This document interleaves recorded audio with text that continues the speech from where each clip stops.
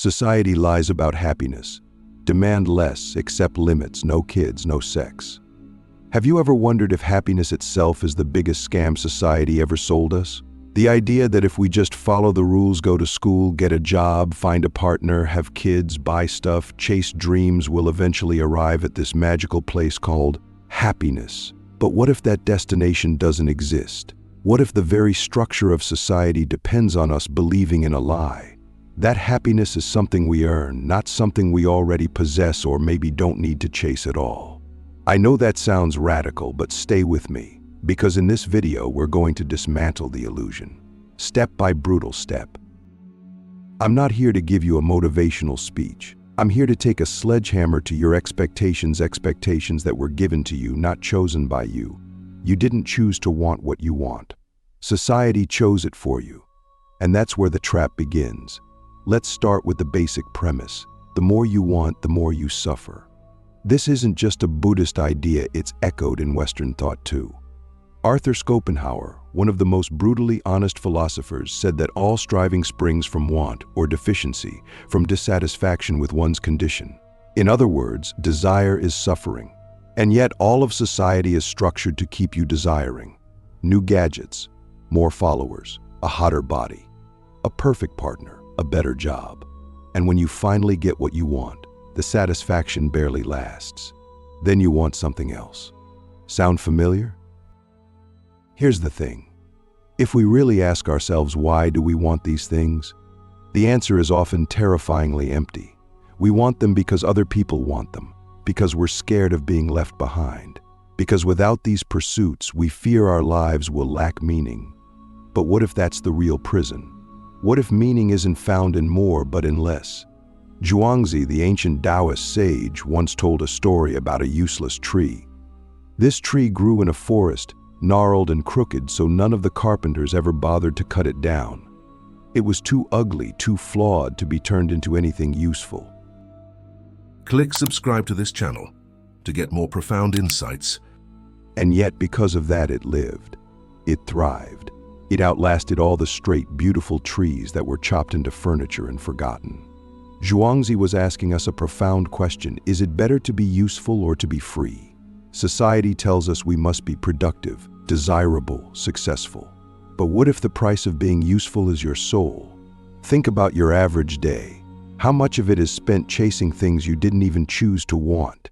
How many of your goals are inherited, not created? And if you stopped chasing, if you simply accepted limits your own and the world's, would you actually be less happy? Or more? Now let's get even more uncomfortable. What if the two biggest promises society sells us, sex and children, are also not the path to happiness but distractions from deeper truths? Schopenhauer again, the sexual instinct is the most complete manifestation of the will to live. That doesn't mean it's a good thing. For him it was tragic, a trap that keeps the wheel of suffering spinning. We're pulled toward desire, we reproduce, and the suffering continues in the next generation. Is that progress? Or is that just a cycle we're too afraid to question? I know this is controversial. I'm not saying sex is evil or children are bad. I'm asking something deeper. Do we pursue them because we truly want them or because we've been programmed to think life without them is incomplete? If you never had sex again, would your life be meaningless? If you never had kids, would you be less of a person? Society screams yes. But why? Who benefits from that belief? Let's pause and ask the question that might change everything. What if the highest form of happiness is needing less? This isn't about becoming a monk or living in a cave. It's about radically rethinking what we consider essential to a good life. Epicurus, the philosopher of pleasure, actually lived a life of extreme simplicity. He said, if you wish to be rich, do not add to your money, but subtract from your desires. He ate bread, drank water, and surrounded himself with friends. And he was happy, not because he had everything, but because he realized he didn't need everything. So why are we so afraid of limits? Because society tells us that limits are failure. That to stop chasing is to give up, but that's a lie. Sometimes the bravest thing you can do is to stop, to say no, to demand less, to walk away from the noise, the pressure, the endless treadmill of more. And if you think that makes you weird, remember this. Thales, one of the first philosophers in history, was mocked for being poor and aloof. People said philosophy was useless.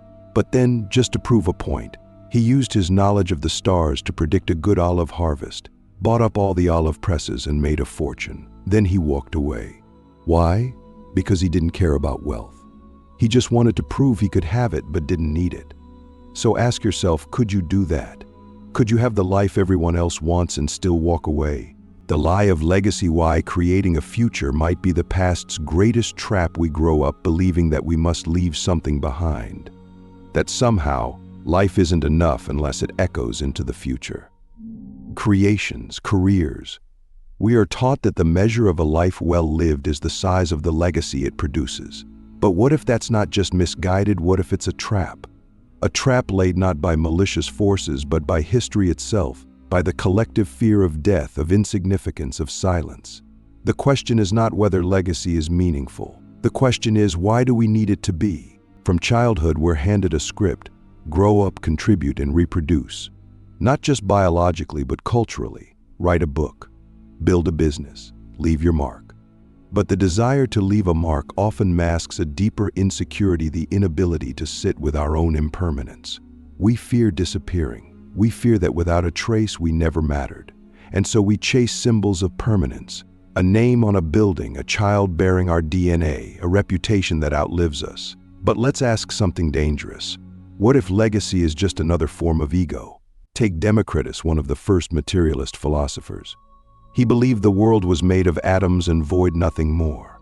No divine plan, no cosmic script. And if everything is atoms in motion, then so are we. Our bodies, our minds, even our memories, they dissolve. Eventually, even the sun will die. So what does it mean to leave something behind in a world destined for entropy? Maybe the pursuit of legacy is noble, or maybe it's just denial wearing a nicer suit. We often think children are the ultimate legacy. I'll live on through them, people say. But do you? Are they really you, or are they their own beings, with their own struggles, their own pain, their own longing for meaning? To bring a child into the world is not just to birth life, it is to create a future container for suffering. That's not an opinion, that's a fact. Pain is inevitable, so is death. So we must ask with total honesty, is it moral to create life for the sake of our own legacy? Schopenhauer would say no. He called procreation an act of selfishness, driven by the blind will, the unconscious drive of existence to perpetuate itself regardless of the cost. He believed that to bring someone into the world without their consent, into a life filled with suffering, was not an act of love but of ignorance. You may disagree. That's okay. But the question remains, do we want children for them or for us? Now let's talk about the future. Not your children's future, your own. The one you're constantly working for but never living in. The one society dangles like a carrot on a stick. Just a few more years, just a little more money, just one more promotion. We're always arriving but never arrived, always building towards something that never fully materializes. And when we pause, we panic, because the silence reminds us of a truth we'd rather not face, that the present is all we ever had and all we ever will have. Zhuangzi once said, "Flow with whatever may happen and let your mind be free." But we don't flow, we fight. We try to sculpt time into monuments, to freeze ourselves in history. But what if a life is not best measured by its echo, but by its depth? What if the most meaningful existence is the one most fully lived, not the one most widely remembered? You don't have to reject legacy entirely. But you must ask, is your legacy a gift to the world or a shield against your own fear of death? Because if it's the latter, then it will never be enough. No monument is tall enough to silence mortality. No child can carry your soul. No achievement can outlast the collapse of memory. And maybe that's not tragic. Maybe it's liberating. Because if everything ends, then nothing has to prove itself permanent. You don't have to make it. You just have to be. You just have to live fully, attentively, consciously. And when that happens, legacy becomes irrelevant. Or maybe it becomes accidental. You leave a mark not because you tried, but because you were. So I'll leave you with a question. If no one remembered you after you died, not even your name, would your life still be worth living? The pleasure paradox, why wanting less might be the ultimate pleasure. We live in a world addicted to pleasure, yet plagued by anxiety. We have more access to comfort, entertainment, and stimulation than any generation in history, yet our levels of depression and dissatisfaction continue to rise. Why? Because the pleasure we chase is not the pleasure that satisfies. It's a shadow, a simulation, a marketing trick. We're told that pleasure comes from adding more stuff, more experiences, more dopamine, but what if the opposite is true? What if the deepest pleasure comes not from indulgence, but from restraint? Not from abundance, but from simplicity? What if wanting less is not a sacrifice, but a superpower? Epicurus, often misunderstood as a hedonist in the modern sense, taught that the path to the highest pleasure was through the taming of desire. "Do not spoil what you have by desiring what you have not," he wrote, "but remember that what you now have was once among the things you only hoped for." Epicurus didn't define pleasure as wild indulgence. His idea of pleasure was tranquility, ataraxia, a state of inner peace, free from fear and unnecessary craving. He lived in a garden, not a palace. He ate bread, not banquets. He sought the joy that comes when your needs are few and your soul is quiet. But society hates that kind of pleasure because it can't be sold. It can't be monetized. A person who wants little is dangerous to an economic system built on perpetual dissatisfaction. If you stop wanting the next upgrade, the next vacation, the next hit of novelty, you become free. And freedom, real freedom, is terrifying to those who profit from your restlessness. Think about your own life. How often do your pleasures leave you emptier than before? Social media scrolls, casual hookups, binge episodes, impulse purchases. They promise satisfaction but deliver exhaustion. Why? Because they overstimulate the brain without nourishing the soul. They distract us from deeper truths but don't resolve them. And the worst part? We know it, we feel it. But we keep doing it because stopping would mean confronting the silence we've been avoiding. The silence that asks, "What are you really looking for?" Let me ask you something radical. When was the last time you sat in stillness, not bored, not fidgeting, not reaching for your phone, but truly content in the present moment, without needing anything to change? If that's rare, it's not your fault. You were trained to be discontent.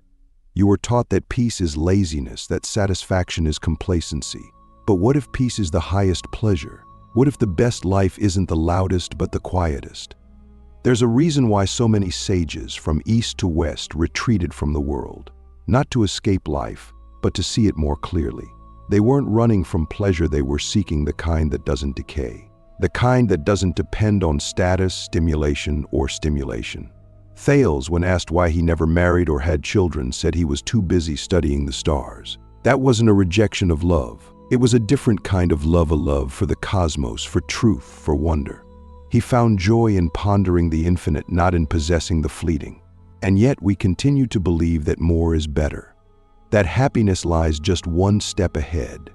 That if we can just get one more thing, we'll finally arrive. But arrival never comes because the road is built from illusions. What if the only way to win the game is to stop playing? This isn't about asceticism. You don't have to give up all pleasure. You just have to be honest about which pleasures liberate you and which ones enslave you. Do they leave you fuller or hungrier? Do they bring you clarity or confusion? Do they align with your soul or just your ego? So here's the paradox. The more you want, the more you suffer. The less you want, the more you enjoy. True pleasure is not in the chase, but in the release. In the ability to sit in the stillness of your own being and feel complete. That's not weakness. That's mastery. Ask yourself this: if you had nothing to prove, nothing to gain, nothing to fear, what would you still choose to do? The sacred know-why limits might be the gateway to real freedom. We've been taught all our lives that freedom means the ability to say yes, yes to opportunity, yes to pleasure, yes to ambition, yes to more. But what if the truest, deepest form of freedom isn't in saying yes, but in saying no? No to excess. No to expectations. No to the roles we were handed before we understood what they meant. What if freedom is not the removal of limitations? Are sacred the ones that protect you from losing yourself? Think of your life as a container. If it has no shape, no edges, no structure, it's just a puddle. But when you define its boundaries intentionally and with wisdom, it becomes a vessel. Something that holds meaning. Something that allows for depth. The modern world fears boundaries. It fetishizes limitlessness. Infinite scrolling, endless goals, boundless choice. But choice without clarity is chaos, and desire without boundaries is addiction. Zhuangzi warned against the illusion of control and the obsession with utility. He believed the sage was like water flowing, adapting, unconcerned with fitting into any rigid system. But water isn't free because it has no form. It's free because it chooses its form. It doesn't resist the rock it moves around it. The sage doesn't reject the world he dances with its limits. That's the kind of freedom we've forgotten, freedom not from limits, but through them. Let's bring this into the real world.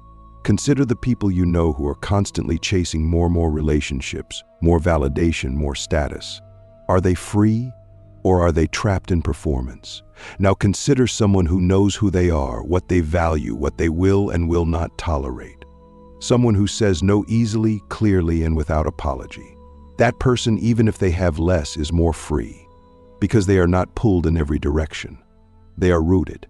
The same applies to sex and relationships. Our culture presents sexual freedom as the pinnacle of personal liberation. But how often is it just another treadmill, another performance, another attempt to fill a void with physical sensation? Schopenhauer saw sex as the great deception of nature, tricking the individual into sacrificing their peace for the species. And yet, few dare to question it. Why? Because the alternative, celibacy, solitude, abstinence, has been painted as failure. But what if it's not? What if it's sacred? Choosing not to have sex, not to date, not to marry, or not to have children, those can be acts of tremendous power. Not because they're morally superior, but because they're conscious. They arise from clarity, not compulsion. They're not about rejecting life, but about protecting the space in which your life unfolds. Saying no can be an act of love for yourself, for your peace, for your purpose. And yet, society mocks these choices because they can't be commodified. Democritus taught that cheerfulness, euthymia, comes from moderation, from self-sufficiency, from living in accordance with nature. He didn't need a legacy, a lineage, or a luxury to feel alive. He laughed at the madness of the crowd and found joy in simplicity. That's not detachment, that's wisdom, that's depth. That's someone who discovered the sacred power of limits. So here's the final, terrifying, liberating truth. You don't have to do everything. You don't have to be everything. You don't have to experience everything. You can choose. And when you learn to say no with intention, your yes becomes sacred. It becomes a reflection of your soul, not your programming. We've been lied to. Happiness isn't found in the endless expansion of desire. It's found in the careful, courageous narrowing of it. It's not in saying yes to everything the world offers, but in saying no to what dims your light, scatters your energy, and breaks your spirit. So I'll end with a final question, the one that no one can answer for you. What are you finally ready to say no to so that your life can begin saying yes to what really matters? And if you can answer that truthfully, maybe, just maybe, you'll discover that happiness was never something to chase. It was something to protect.